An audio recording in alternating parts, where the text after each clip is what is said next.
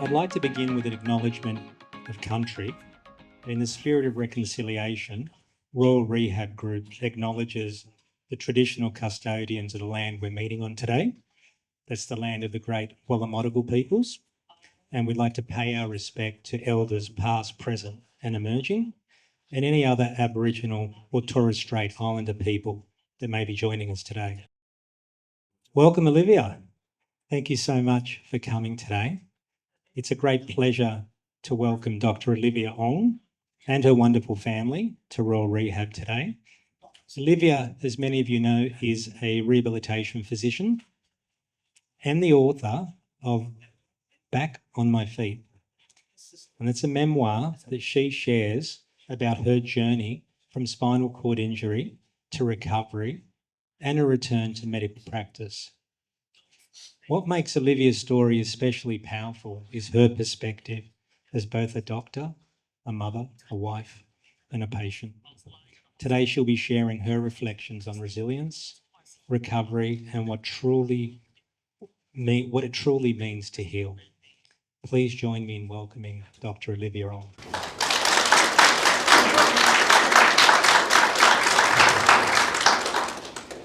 This afternoon, Olivia will share her journey in conversation with Royal Rehab Chief Executive Officer, Mr. Matt Mackay. At the end, we'll open the floor for your questions. You'll also have the opportunity to purchase a book, like I will, and try and ask Olivia to sign it for us, hopefully, for me.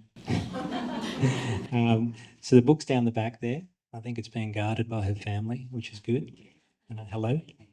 It's Back on My Feet, and we look forward to reading it. Thanks, Troy, and welcome everyone, and welcome Olivia. Thank you very much for joining us. I thought I'd just start quickly of how did Olivia get here, besides vehicles and planes from Melbourne and so on and so forth. I was reading an article in The Australian some Sundays ago. I read and I thought, wow, that's an inspiring article about somebody, Olivia's journey. It was absolutely a great article. You know, quite often what's in the media is not so crash hot, but it was a fantastic piece on Olivia. And I thought, given our space in the spinal cord injury world and what we do as a group at Royal Rehab and Spinal Cord Injuries Australia, I thought, you know, we have partnerships and we know a lot of people that unfortunately have had injuries and moved on and so on and so forth. And I thought, why have I not heard of Olivia? And, you know, because we know, you know, all the other guys that high profile guys with SCI and their stories and some of the guys that have come through our services. And I thought it's what an amazing story. So I reached out to Olivia and I said through LinkedIn and I said, and we caught up and then we were going to have a half an hour phone call and I think we went for about an hour and a half, which was fantastic. And we thought what a great opportunity to get Olivia out to talk about her book, to hear Olivia's journey and hear how she's championed, I think, from my perspective, a whole lot of change. And I think there's a great opportunity to champion a whole lot more change in rehabilitation medicine post neurological injury, be it spinal cord or otherwise. So it's fantastic to have Olivia here. So thank you for joining us today. Yeah, thanks for having me, Matt. No worries at all. I've got a few questions and I'll probably add a little bit as I normally do because everyone says I'm generally better off script than on script. But Olivia, can you start by sharing what inspired you to write Back on My Feet? I'm sure you wake up one morning and think, I want to write a book. I wouldn't know where to start. Or where to begin or even where to end. How? Why? Yeah, about 2 years ago, I had a sudden sense of inspiration because I recall those early days when I was at the Royal Talbot Rehab Centre in Melbourne. That's where we spinal cord injured people have our early parts of our rehab. And I just remember just feeling so isolated and lonely and helpless, really, and depressed. And I thought if I could tell my story of how I overcame all of that and, you know, help somebody feel less in that similar circumstance, feel less, you know, lonely, feel less isolated, that will be the best thing I could have done. I think that inspired the whole, you know, the book writing and eventually getting the book proposal from HarperCollins and then taking 2 years to write. The book itself is, because it wasn't an easy book to write, as all of you can imagine. And the book's also in audio book format for those that want to listen to it. And Olivia's also done the narration of that. So that would have been a big piece as well, I imagine, beyond the book. That would have been bigger than the book, I would imagine. Yeah, that was actually a lot harder. I was so scared that the audio engineer might have to wipe my tears, and that's not a good look. I think I was close to it, but I think he was so encouraging. Ian was very encouraging and helped me through the 25 hours worth of recording. But yeah, as you rightfully said, Matt, it wasn't easy. But I just think about writing this book as a love letter to my younger self. Like, I wish I had someone who could just say that everything will be okay. That book is that kind of book. When you say everything will be okay, I was lucky enough to attend Olivia's book launch last night at Dymocks in the city, and it was well received, very well received. And you spoke at that last night around looking after yourself. Surrounding yourself with people that have a positivity element. How did you go for? How do you do that? You talk about just earlier. You spoke about that. How do you do that? Well, let me start off with the self-compassion piece, because that was a journey in its own making. When I was at Project Walk, so what I will just briefly summarize what happened. So I spent 4 months at the Royal Talbot Rehab Centre to do my early parts of my rehabilitation process, where I had to manage my bowels and bladder. And those of you who are in this area will know what it's like. It wasn't an easy thing to not only ask for help, that kind of help, like feeling like a baby, I guess, soiling yourself, wetting yourself. And just, I think the worst bit in those early days was the uncertainty. I just didn't know whether I'll walk again. For about 8 weeks, I was in spinal shock, so I couldn't move or feel. I could feel my legs, but I just couldn't move them. Thankfully, with the injury that happened, I was at a hospital car park when the car hit me. And that rendered me a paraplegic, L1 incomplete spinal cord injury, but I had immediate spinal fusion surgery to stabilize the fracture. It was a quite severe injury. It was L1, L2 dislocation, L2 vertebrae burst fracture. As horrible as it sounds, it was. And the fragments went into the spinal canal. This is getting a bit technical, I know. Went into the spinal canal, caused a huge hematoma on the conus medullaris and cauda equina, and that's how I ended up with an L1 incomplete spinal cord injury. After the spinal surgery, I recovered full sensation of my legs. I was happy, like I could feel my legs. I knew where it was, and I could feel my bowels starting to work and things like it. It's exciting. I mean, it's a small win for me. But I think the bit that really got to me was I just couldn't move the legs, and I didn't know what was going on. I knew probably at the back of my mind was spinal shock, and it'll take some time. But the uncertainty really, really threw me off, because as a medical practitioner, I'm used to being certain of things. Things will happen this way, that way. So much uncertainty in spinal cord injury recovery, and I had to face all of that. So that was the early parts of spinal rehabilitation. And then a year later, I returned back to work in my wheelchair. I just wanted to prove to people that I could do the job. I still had what it takes to be a rehab registrar, because that was the job I got like a few months before my injury happened. So I wanted to just prove to myself, prove to the world that I could still do it.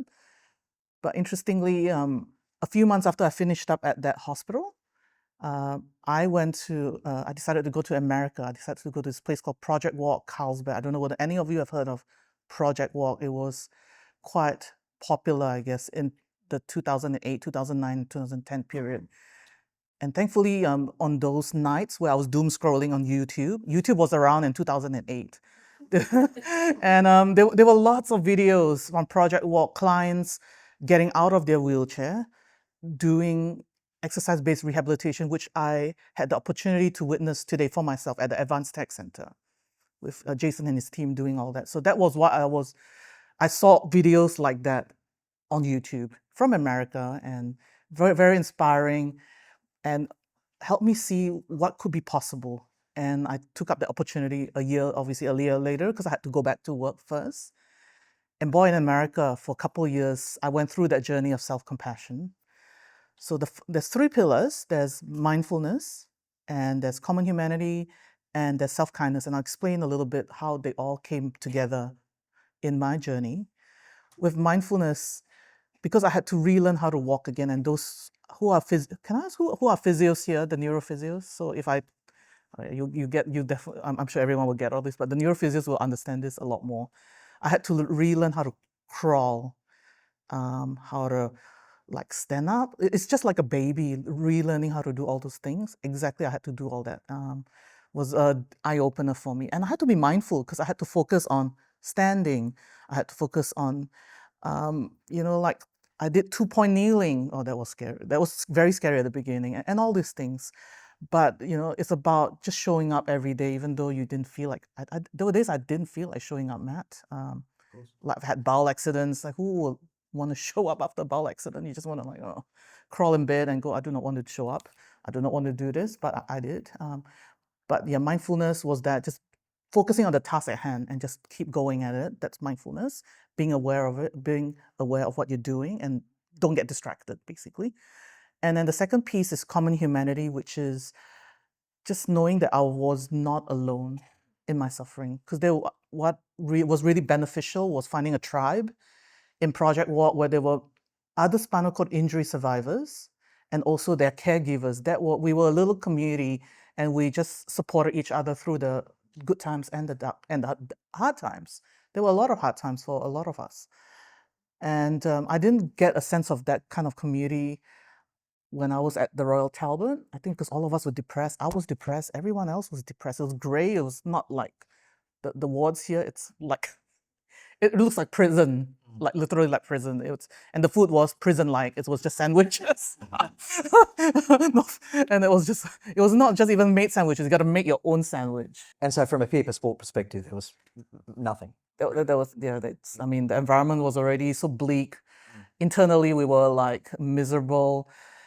And I guess the third pillar is that self-kindness piece. That was the piece that took me the longest to kind of get my head around it, because I spent many, I guess, years not being very kind to myself. In my medical training, especially in healthcare, we're so used to pushing ourselves and beating ourselves up when everything goes wrong. If something goes wrong with our patients, we beat ourselves up first, not, and all that, because sometimes we beat ourselves up preemptively to prevent other people from beating us up. That's all that self-criticism piece. I had to unlearn all that and just learn to be kinder to myself. And I had to tell myself that progress is still progress, even though I could, let's say, I have more extension of my quads. I'm very happy already. I don't have to expect very much, and that's probably good enough for me. So my expectations also changed because I was being kinder to myself. And I think the fact I showed up, I was happy that I showed up sometimes. And that's the three pillars. That's awareness, or mindfulness, there's common humanity, and that's self-kindness. All of them work together. And nowadays I apply self-compassion, not just in my personal life, also in my work life, my clinical practice these days. I'm doing more pain med work, just because that's kind of a need that I see at the moment in my practice, and also in my home life as well, and relationships, definitely. And so you've experienced life on both sides. Well, many sides. You're a mum, to two gorgeous kids. You're a wife. You're a rehab physician, a pain specialist, an author, TED talker. Is there anything you can't do? It doesn't look like there is, and that termination's there. But you've experienced, all those sides.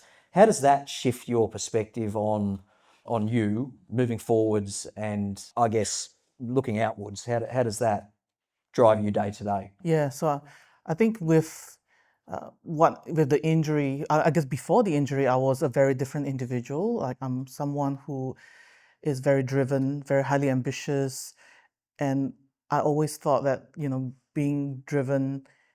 And at that time, I didn't know what perfectionism was. I only learned all these terms after I've undertaken some personal development work on myself. But that was the behavior I had. Like, I'll beat myself up. I try to make everything align properly so that my supervisors or my bosses won't scold me or berate me and that kind of thing. And what happened with the injury itself, it really changed my perspective. I don't want to sound cliche, but it sure did. I realized how it would have been so scary for even my patients to go through that. Because even I myself, as a healthcare practitioner, going through this whole ordeal or experience or whatever you want to call it, there were times where I got really scared, especially when you hear weird sounds in hospitals, like alarms beeping and then everyone rushing next door and trying to resuscitate somebody. That was scary. Like maybe ignorance can be bliss sometimes, but I just knew too much. It was not good either. With the injury, I had to battle uncertainty, and I had to accept that uncertainty is okay and replace it with curiosity. And also that vulnerability is also okay. Asking for help is also, it's acceptable, because I had to start, that was the most awkward things, like pressure areas on your buttock and bowel and bladder issues are the most embarrassing. You have to be really humble and vulnerable to even like press the call bell, and the shame that just, that overwhelmed me, and things like I had to learn all that, like, and cope with those emotions. They were not pretty emotions, shame and all that, and guilt of like just being there at the wrong place, wrong time, and the accident happened. I blame myself for just being there at the wrong place, wrong time, which I shouldn't have. That's the self-criticism part rearing its ugly head. So in saying all of that, what I've, like my perspective is different, because now I definitely know where my patients are coming from. I am a lot more empathetic, a lot more compassionate, because I know where they've been, and I allow them the time to, I guess, rant, debrief, because a lot of them have not been seen or heard or been allowed to express themselves. So I want to honor them and give them that space to just, just be with them. Sometimes silence, just them crying or just being there holding space for them. That's the skills that I learned, is patience and perseverance, definitely. Fantastic. You talk a lot about nervous system regulation and healing in the book. It's one of those common themes. Explain what that means. Yeah, so nervous system regulation means a calm nervous system. So in hindsight, when I look back of what I went through in terms of the traumatic stress I went through with the spinal cord injury, I had a very dysregulated nervous system. Not only the negative thoughts, and that's all the mindset stuff that was happening. My nervous system was all over the place. I was swinging or oscillating from sympathetic, just being angry and bitter and edgy and snapping at people, to just swinging to the opposite, where I will just be shut down, dissociated, and just numb. And I spend more times in the other states, the hypoarousal or the dorsal, we call it dorsal vagal, where I'm just numb, dissociated. I refuse to talk to anybody. So I'll be stuck. I'll be wanting to just stay in my room and not be with, like, just, I don't want to, other than doctors and nurses visiting me, I will not want to talk to anyone. So that was me with a very dysregulated system. And I think now that with nervous system regulation, that's more kind of bottom up work. And as a pain physician, even if in my patients with chronic pain, doing a lot of top down, as in mind work, like CBT, ACT is helpful, but if they have a dysregulated nervous system, they're not going to be accepting of any of those.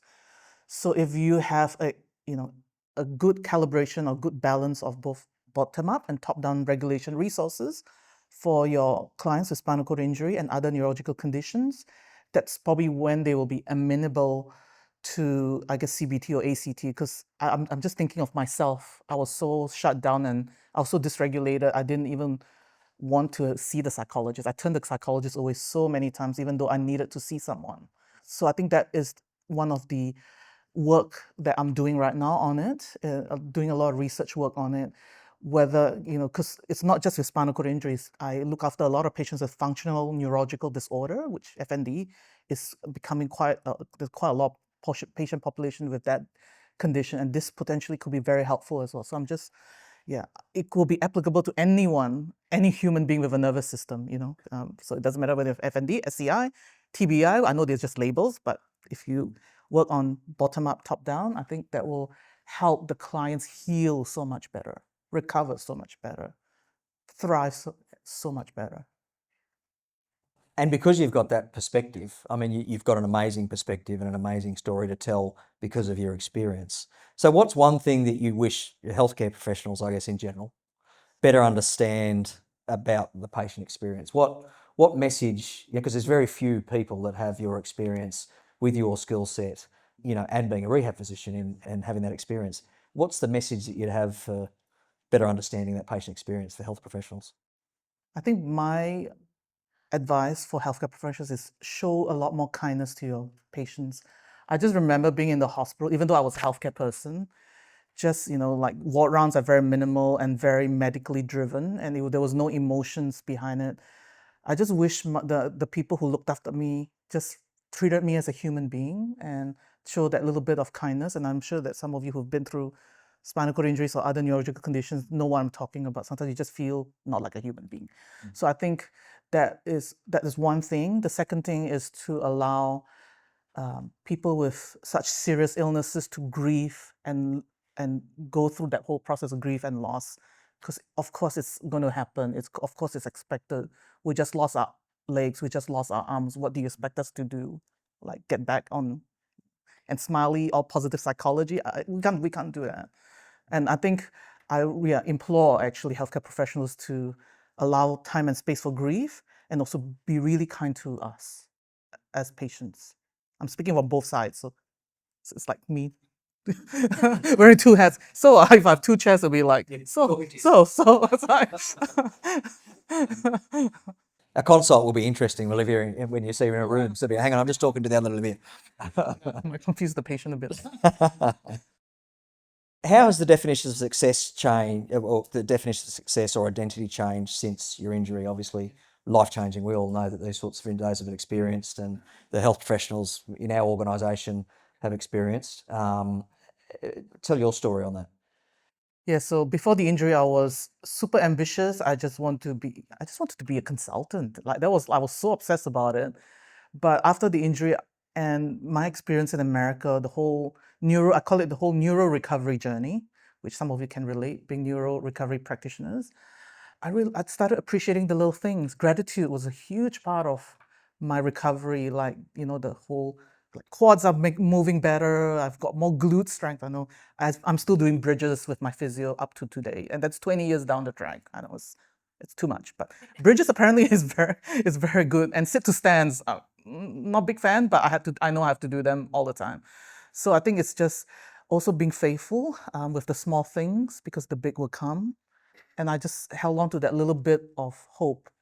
And I think it was because I was also in incomplete injury. I had that 1% chance of some kind of hope. So I held on to that 1%, especially when my left leg started moving again 8 weeks after the injury. I mean, the right leg was still paralyzed, because I think that's where the impact was the worst, was the right. And I held on to that. When my left leg is moving, I'm going to hold on to every little, yeah, it's just all that. I think just be faithful with the small, the big will come. I just have that saying all the time, and that really helped me. Really helped me. And so the hope perspective, I'm going to go off script a little bit, but from a hope perspective, Yes, I have no script.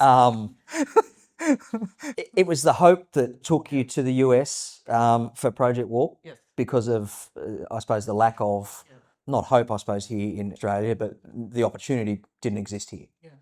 That's what took you to that hope, chasing hope to walk again, move again. Yeah, absolutely. Because at that time in 2008, we didn't have any exercise-based rehabilitation in Australia at all.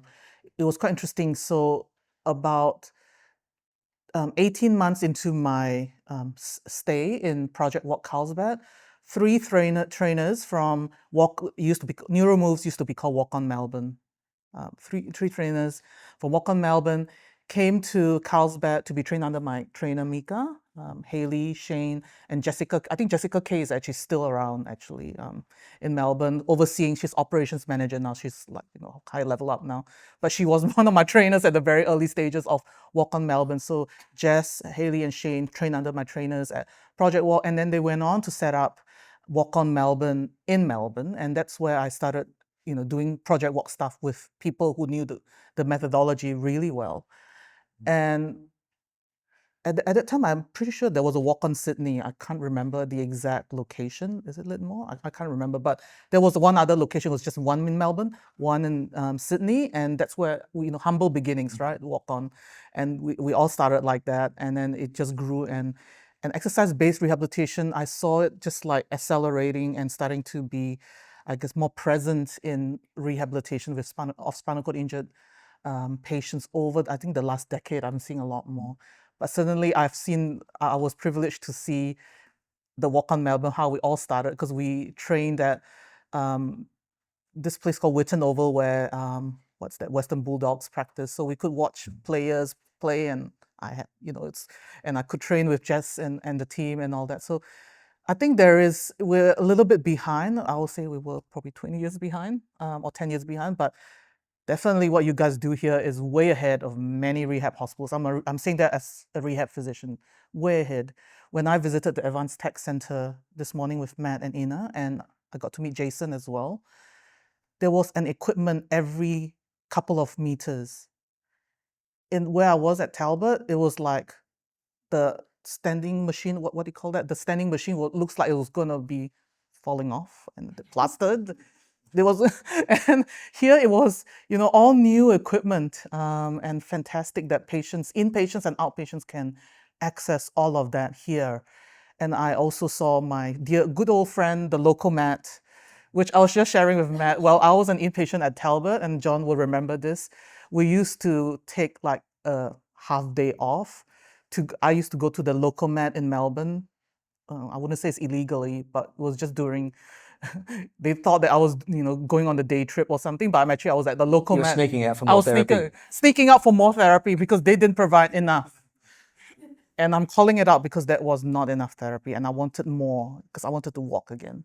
So I did that. I did that with with a practitioner who is no longer doing what he's doing, but he had the Lokomat, and I was able to access that. So so that's the things that you do for your obsession. That's what I did, and I was so happy to see the Lokomat there being so accessible to inpatients and outpatients. Just the fact that you could move your legs from the early days will probably mean a lot to a lot of people's spinal cord injuries. It's very encouraging, very motivating. I know what it's like to try to move your legs and in my head, but it wasn't just moving. It's very psychologically impacting. It really impacts your mental well-being. Yeah. So applaud you, Matt, and your team. Yeah, it's the team. Oh, the thank team, you. yes. And the team. It's the wider team, and especially, and Neuromoves obviously as well now, which is national. I mean, it's Yes, all over. exactly. Neuromoves rebranding, hey? Neuromoves, yeah, which of course was Walk On. I know. I knew the OGs of Walk On. That's fantastic.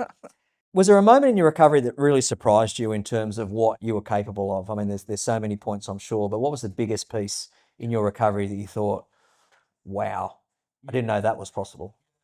There were a lot of micro moments of neuro recovery with me, especially in Project Walk, where I was, made to do lots of different kind of exercises. I did bear crawls. I didn't know what bear crawls was until my trainer demonstrated it to me. It's like an army kind of drill where anyway, I'm not going to demonstrate it, but you know what I mean? It's Troy. I don't know what the Crawl, please, Troy. Who wants to see the executive director of hospitals do it? Yeah, bear crawl. I'm not just kidding. But I had a trainer in each leg moving me as I bear crawl because I have upper body, but I have a left leg that's working okay, but the right leg was not very useful at the time, and so that's what I did. We improv like that, and that was a micro moment because I didn't know what a bear crawl was until I went, oh my god! And then I did battle ropes, Chris Hemsworth battle ropes. I did all that. I didn't know that Chris Hemsworth was doing it now, but now I'm like, oh my gosh, I got to do all that. That freaked me out. I went, I'm just a doctor, man. I don't even exercise before the injury, and I gotta do battle ropes, stuff like that. And then, but the thing is, once you do it, you're like, oh my gosh, I couldn't do it. My trainers in Project Walk, it helped me see that. And so did my trainers at Walk On. They helped me see that. They shared a very similar vision with my Project Walk trainers. It is this psychological effect called Pygmalion effect. If someone has strong belief that you can do it, you'll be able to do it. I think that whole effect happened with me throughout my neuro recovery journey, initially with Project Walk and then with Walk On / Neuromoves now, because it's the same people, almost the same people And healthcare often says no before it says yes, right? So quite frequently, it's we can't do that for every reason under the sun. Being an ex-clinician myself, so you see, no. If I hear what you're saying and what I heard you say last night was your tribe, for example, you were talking about tribes, but your tribe definitely in the Project Walk was there is no. We're going to give it a go, Exactly. and that effect Yeah. pushes you to drive. Exactly. And I don't, yeah, and my trainers will want to push me the extra level. If I'm willing to put in the hard yards, they were willing to go to that journey with me as well. So that was a very beautiful, synergistic energy. Yeah, I miss those days, but I was a lot fitter then. This is like I've had 2 kids and all these things, so it's a bit different. And perimenopausal, there's a lot of things going on at the moment. I understand. Trying to explain perimenopause to me. It's a whole, and then SCI is still here, plus those other things. Yeah, yeah. If you could go back and talk to yourself in the early days after your injury, what would you say? So having been to the Advanced Tech Center, I think I got a little bit emotional because I just remember those early days. I did. Yeah, I have mascara. I didn't want to cry. All this thing. Olivia said, "Stop talking now, Jason. I'm going to cry." Yeah, It's because fine. No, right. I saw some of the clients going through what I went through, and I just remember those early days. Yeah, I wanted to just say to my younger self, that 28-year-old me lying in the Royal Talbot Hospital, feeling a bit helpless and hopeless. I wanted to tell her that, you've got this. You are safe. I'm safe. We are safe, and you will get through this, and we will. And yes, we will. That sounds like Obama, but yes, we can. Sort of. And Not a bad person to yeah, quote. I know. Yeah, I know. I was just thinking in the light of things. Yeah, yeah, yeah, yeah. And yeah. So I think I just wanted to give her a hug and say, you will be okay. I know it'll be 20 years later. You think that everything will be okay, but it's gonna be a long haul. Like that's what the spinal physician said to me. You're in it for the long haul, and he was right. I wasn't saying that he's not right. He was right, but we have to accept. I just want to let my younger self know that healing is not going to be linear. It's not going to be like in medicine. It's going to be zag, zag, and if I zig, you zag, and here we are. So I think that will be what I'll tell myself. You will be okay. Trust me. Trust the older me. And you said last night that you know that self-care piece you do quite frequently. And to quote you, what you might want to talk about it here is obviously pat yourself on the shoulder and say, "I did well today." Yeah, so that was parenthood taught me the extra level of if self-compassion is giving yourself a hug and being your own best friend. Like what I was saying, self-appreciation, especially with parenthood, especially with kids, you got to pat yourself on the back and say, "You have done well today." In addition to your usual full-time job and everything else, that's self-appreciation. That's really hard. That's not an easy thing, because we are told to. When people say, "Oh, you're awesome," you'll be like, "Oh, it's okay. It's just my job." Don't say that. Just say to your patients, "Thank you. I really appreciate that compliment. Thank you so much." And we struggle as Australians to do that, don't we? Yeah. We've got, Yeah. and again, the tall poppy piece, we don't. It's a bit, Americans are best of British stiff upper lip. We'll get on with it, and probably worse than the Brits, in fact. But what you saw in America was completely different. different. Yeah, yeah. They will have done that. Like, you've got it, and you are awesome. They will be celebrating you, and they'll be saying that you did great today. And then that will of course help you do the self-appreciation piece, right? Yeah, in that kind of vibe. So I think as much as what's going on in the world right now, there are some good things that we can learn from the other side. Exactly, self-appreciation from everywhere. Exactly, from the other side. Well, for someone who's early in their recovery journey, it could be spinal cord injury, it could be another neurological insult of some description, or any sort of injury, I suppose. They're feeling overwhelmed. What's one small step that they could take today? What's that one thing that you would say? I mean, you probably do say, right, because you're a physician and, you're a caring health professional. What would you say? I would say if you have an injury like that in the early days, this is like me trying to tell my younger self.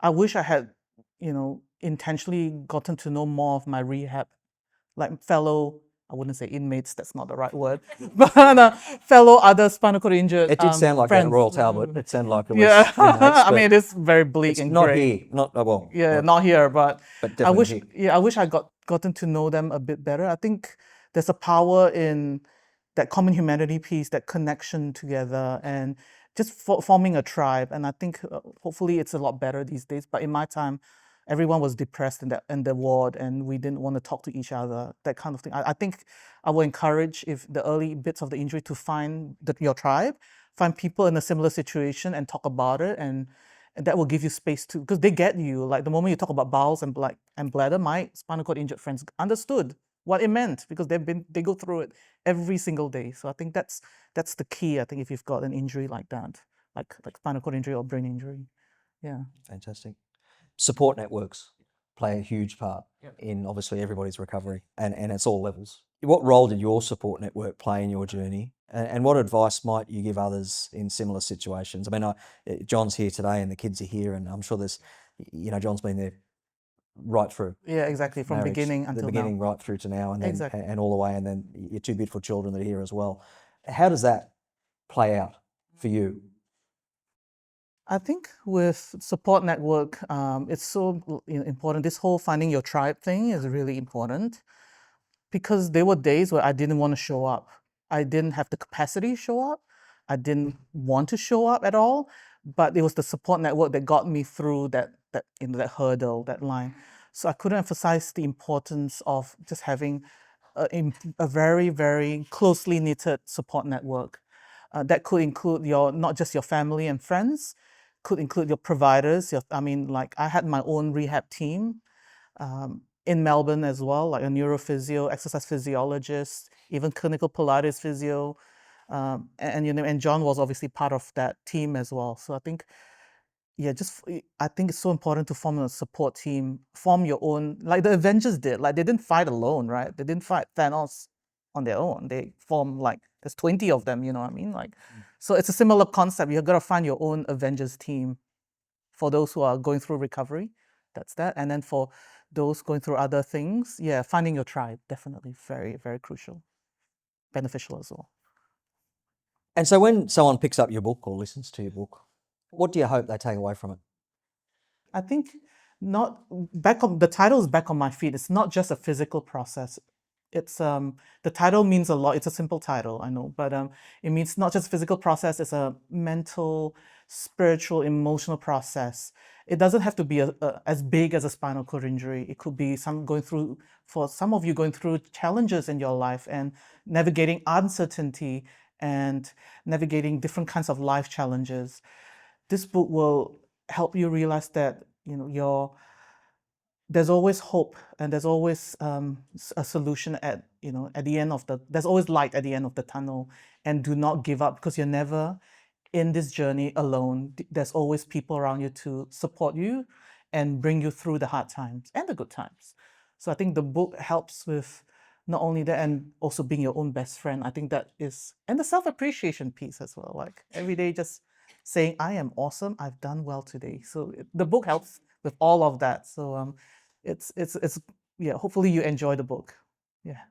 That's fantastic. Thank you for answering those questions so candidly. I mean, it can be very hard to talk about the whole journey. Oh yes. And the journey never ends, of course. It never ends. It's an always learning, always evolving journey. And who knows what's next. So what we might do now is, if it's okay with you, is might open some questions to the floor for anyone that might have some questions for Olivia. That was fantastic, Olivia. Thank you. Thank you. I'm intrigued about this concept of calmness. I think you said it's important to have focus on a calm nervous system. So I think I'm a lawyer, so inherently I have not got a calm nervous system.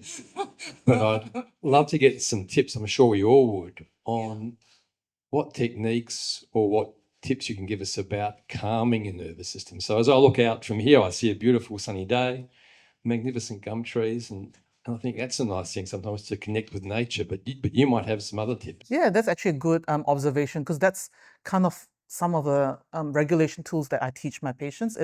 We call it exteroception. That means you use your visual, hearing, smell, to just look around you, like you notice the trees, you notice this, that.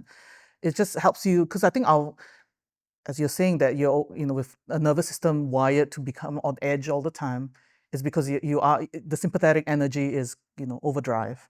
So you want to calm that sympathetic nervous system down. The exteroception, just scanning and looking, it's just looking and it's trying to reassure your nervous system that you are okay, you are safe, and no one's going to bite you or threaten you. I don't know, but that kind of thing. So it just helps your nervous system on your know that everything is okay. So that we start off with that, and I also tell my patients to do this thing called contact points exercise, because when we are on edge, we're always leaning forward, right? We're always, especially with our laptops, we're like slowly moving towards the screen. But I encourage you, when you feel quite dysregulated or quite wired or quite anxious, to do this thing called contact points. This is actually a physiotherapist who taught me this exercise as well, to lean backwards, and it activates the back muscles, and then after that, feel your feet on the ground. That's grounding. And then that helps your body know that from that perspective, you're even safer. Like it's just that's the two quickest ways, because my consultation is very short, like I can only see them for half an hour. So that's usually one of the two exercises I tell my patients to do. And I tell it to some of my colleagues who are going through a lot of stress as well. So don't lean forward. Remember, when you're finding yourself leaning very close to the monitor, you go.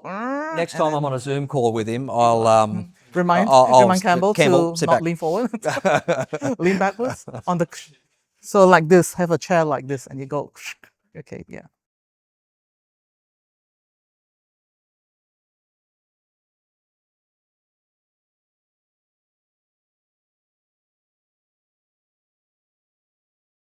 Well, thank you. I highly recommend purchasing the book. It's a story of so many things to me. It was a story of inspiration and great fortitude on your part. It's a love story as well, your unbreakable bond with John. It was lovely to meet John today. Well, thank you. My question is, how do you balance, as a practitioner, a health practitioner, and someone with lived experience, realism versus hope? That concept of, ensuring that sort of both sides of that dialogue are. Yeah, I think I get asked this a lot, because there's a few of my friends who are rehab physicians working with spinal cord injury clients, and there's always this thing, false hope versus realism. I think that's the question, right? It's that, like, you have to be realistic. Like, with someone with a complete injury, spinal cord injury, we know that neuro recovery can be a bit more challenging. But it doesn't stop them from doing exercise-based rehabilitation. They need to prevent, like, secondary causes of osteoporosis. They need to be healthy. They can still exercise, and they can still get out of the chair and do that. I saw that firsthand in Project Walk.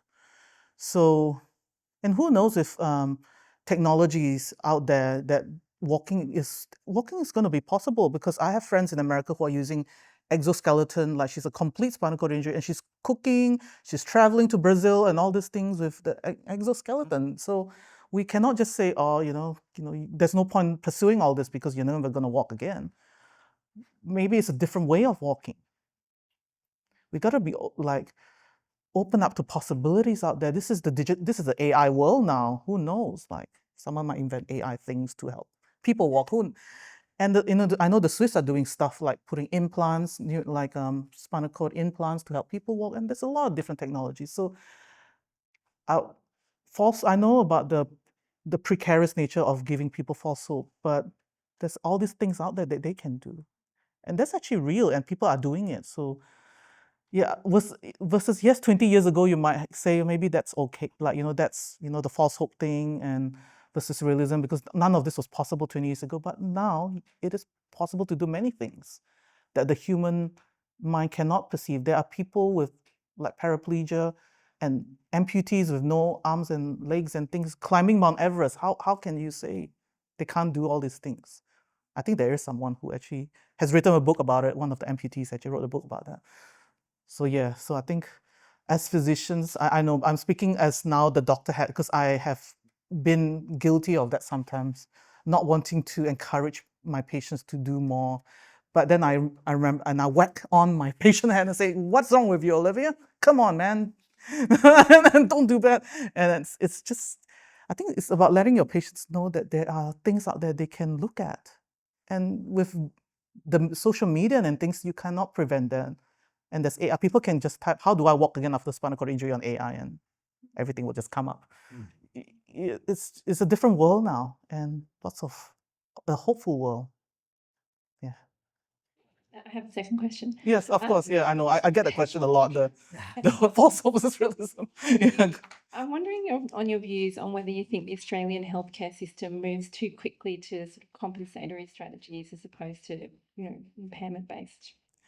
Yeah, I think ha- having gone through the rehab training, I think it's part of a curriculum, and I think that curriculum needs to be changed. There's so many things have happened since that curriculum is probably created in the late 90s or something, or even earlier with the older nothing against the older generation of rehab physicians. They're all probably retired now, but it was created by them. And a lot of things weren't available to them at that time. But now a lot of things are available to patients and even to physicians as well to help their patients with those technologies. So yeah, that's the answers to those questions. Yeah. Thank you. Yeah. Yes. Hi, Olivia. My name's Anuka Paraparam. I'm a rehab physician. Yes. And I think I was in my final year training when you had the accident. So, Oh yeah, it was big news, wasn't it, it from was big Melbourne? news, but amazing. but Thank you. amazing to see you here and just so inspiring. Yeah. Just wanted to ask, so just when you do have consults where you sort of touch where you've got your two hats, do you often or do you actually tell patients your story and does it come out that, oh, hang on, actually I've been through that, and how is that received, or do you try to, oh, it's always hard. Yeah. Now they do know my story because I'm everywhere, apparently. I have patients telling me, I heard you on ABC National and this. I do share, because I have faced chronic pain as well, like, with a spinal cord injury, not the neuropathic type, maybe the biomechanical nociceptive type, because I have a fusion and my spine doesn't work the way like other people work with normal spines. So if I think it's relevant and it will help my patient is when I share something, probably more along the lines of pain. And with some of my FND patients, yes, I do share about my spinal cord injury because it's looking at the context of where the patient is from a biopsychosocial model, if the doctor is saying, and it's going to help them, motivate them to improve themselves or improve their recovery. Then yes, I will share certain parts of my story. Now they get to read it and listen to me, having listened to me enough, and they got to listen to my audiobook and all those things. Yeah, yeah. Hopefully that helps. And I think the curriculum is being reviewed. Oh and we gosh, can, finally, so, it's been a while. yes, I'm sure that we, I'm sure that should put out that should get some input. Oh, thank you. Yeah.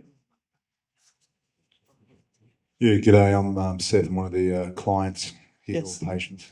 Depends if one uses a euphemism or not. Yeah. You talk a lot about inequality. Yeah. Inequality in access to resources. You're fortunate enough to go to the US, which Exactly. I've worked in the US. I've worked in Switzerland in the medical profession. Yeah. The US has the biggest income inequality and healthcare inequality in the world. You mentioned the Royal Talbot was dreary and was terrible. Yeah. And even I spent time at Prince of Wales rehab. I spent time in here, and there's a huge dichotomy between the resources between the two institutions. Yeah. I'm from Newcastle. There's a huge inequality between access to resources between Yeah. 2 hours up the road compared to Sydney. Yeah. In terms of regional. doctor pay, and it's crazy. How can we get better value for care? You talk about kindness. We've got to give kindness. So that's a bit of an intangible. What do you reckon resource-wise needs to be better allocated to give spinal patients better care now that things are being squeezed, in terms of resources and federal funding, et cetera, et cetera? That's a really good question because I think that's a very realistic question among people who are going through it right now. So from what Matt's saying, with the Advanced Tech Center here, it's accessible to the public inpatients. So that's good. So Matt's already kind of leading the path with that. With creating awareness in the public, we have to go bottom up and top down. What I mean by that is top down is going to be challenging, of course. We're talking about politicians and all these people who control the funding. So we need to, I guess, show them a case that why we need this. So that's the top bit, and then media coverage comes under the top bit as well.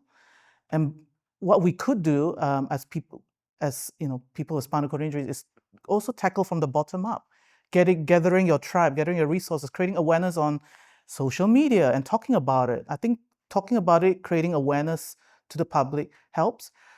What I hope in the future is to make, obviously, access to what Matt has with his team accessible to everybody in the spinal cord injury world. That's just one thing. Then we have perceptions that we need to change of the doctors who are in this field. A lot of them are still recalcitrant. That's the word. I know it's not a good word.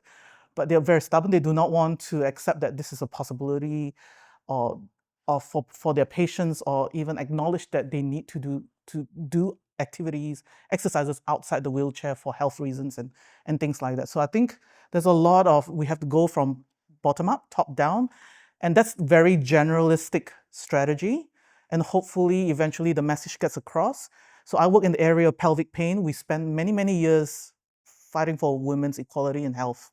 And finally, the top down, finally something is working and funding is generated. So it's a similar thing that we have to do as well with spinal cord injuries and many other injuries, neurological injuries as well. So yeah, it's that bottom up and top down approach. Hopefully that answers your question. That's a very general overview, but it's going to be like 20 years in the making, but we'll all get there, yeah, exactly. And you need to gather up your Avengers team and your tribes and I don't know who else, that you can gather to help you with your vision. Yeah. Yeah, I'd like to just, not so much a question, Yes. but you used the phrase about with the recovery was Yes. from the use go from the top down. Yes. And that's was very how I feel about it all. But it's enough to make me I'm going to buy your book now. Oh, thank you. What that you just said then. But also this is more of blowing smoke up me, whatever, but No, don't I worry. was a former inmate here. I spent 14 months here in the brain injury unit, Okay. and across the road or across the hallway was the spinal injury unit. Yes. And so I very much agree with what you said from the top down, Yeah. because I went through the I had a TBI. Yeah. It'll be hard. Unfortunately, I'm really pleased in some regard that I had the TBI and the paraplegia together, because, and I don't know whether it's because I've always been a positive person, but I've never mourned the fact that I'm in a chair. I don't give a toss. I've got this back. And that's the main thing for me, is I've been able to get my brain back. And so that means so much. And that's why I think I'm going to read your book, because what you said from the top down works, I think, because as I said, I've never mourned knowingly or that I can remember about being in a chair. Yeah. And I'm looking forward to reading the book. Thank you. And quite a lot of people in America where I met fellow spinal cord injury survivors, a lot of them still carried on. They still love life in the wheelchair. They watch the football game. They go to concerts and being carried in the wheelchairs and all this. Like, they still enjoyed life and they still gave it a good go in Project Walk and exercise and live their fullest life. I think that's an amazing thing to see. That's where I learned to see the glass half full, is because I saw my friends doing that. So kudos on you. You have a lot to role model and show other people that there's still life ahead, and live life to the fullest, just like those American spinal cord injured friends that did all the football things and crazy things and still had a good life, awesome life. Yeah. Hi there, yeah, thanks for talking. My name's Victor. I'm a GP myself. I had a stroke about 3.5 years ago.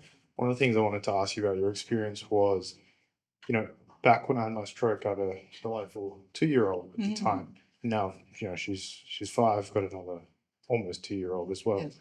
One of the biggest things I struggled, even when I was, completely able-bodied, was feeling like a good enough parent. And then when the stroke happened and you lose a lot of your physical capacity and your ability to care, your fatigue levels, that only got worse. So I was wondering what sort of things helped you with, I guess, self-compassion in related relationship to parenting and feeling like you're a good enough parent, good enough mother. And the self-compassion piece, as we spoke about, was just being aware that you are going through a lot of internal suffering. That's the first thing.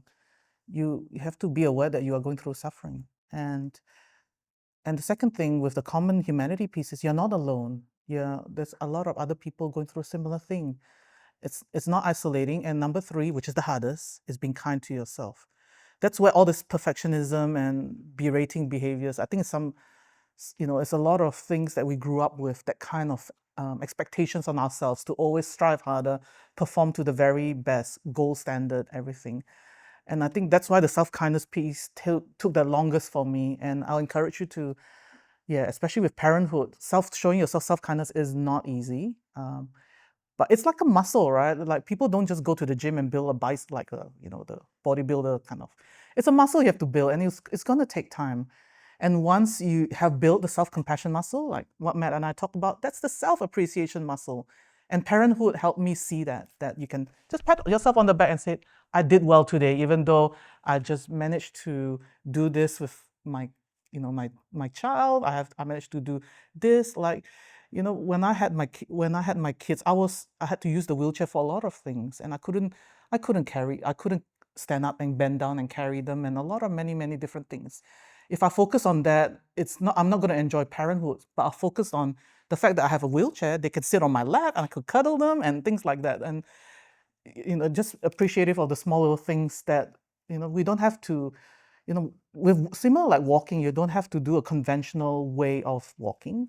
Parenthood, you don't, because of our disabilities, we don't have to do it. What society expects of us is what our family needs and what we also can also help with that need. So so I encourage you to not be bound by societal expectations, and with parenting, just listen to or just tune into what your family needs and do the best you can, because that's with whatever resources you have.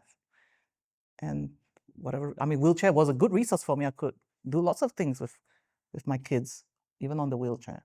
Olivia, I just wanted to note, in your book, there's so many wonderful strands to the story. Yes.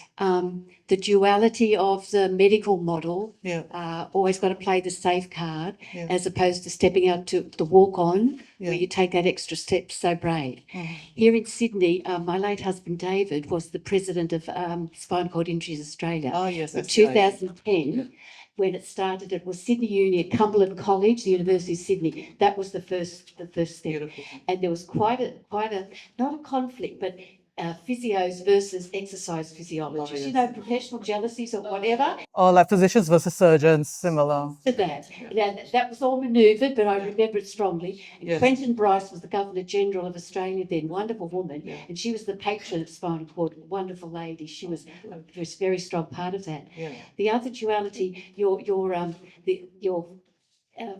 personal points about some people say, look, we'll visit, we'll stay with you, all those early days, Yeah. but they all fade away. Yeah. And there's just some loyal people who hang on for the long haul. Yeah. Then your whole family attitude and the friend attitude. And I admire it's a raw honesty in that book. And I think you being the medical doctor and also the patient, I think that's such a powerful combination.